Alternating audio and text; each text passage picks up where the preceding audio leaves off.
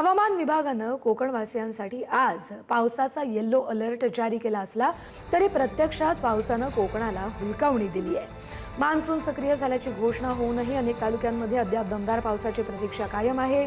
काल आणि आज अनेक ठिकाणी कडक ऊन पडले, त्यामुळे तापमानात वाढ झाली आहे।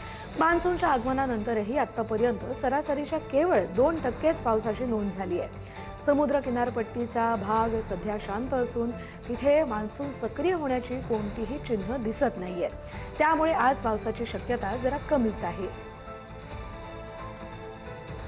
रत्नागिरी जिल्ह्याला आज हवामान खात्याने येलो अलर्टचा इशारा पावसाचा दिलेला आहे। परंतु सकाळपासूनच आपण जर पाहिलं तर किनारपट्टी भागामध्ये विशेष करून जिल्ह्यामध्ये हे जे वातावरण आहे हे स्वच्छ आहे।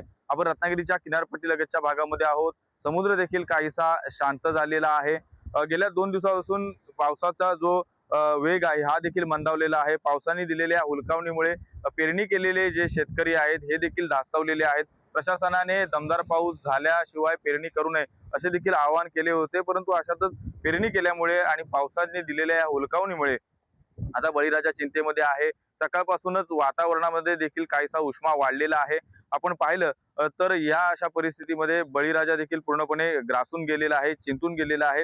एकंदरीतच आपण किनारपट्टी भागामध्ये आहोत आणि इथली जी दृश्य आहेत ही काहीशी स्वच्छ वातावरणाची आहेत। जिल्ह्याला आज येलो अलर्टचा इशारा दिलेला आहे, परंतु पावसाने दिलेल्या हुलकावणीमुळे नागरिकांमध्ये देखील आता या ठिकाणी उकाड्यामुळे हे नागरिक त्रस्त झालेले आहेत।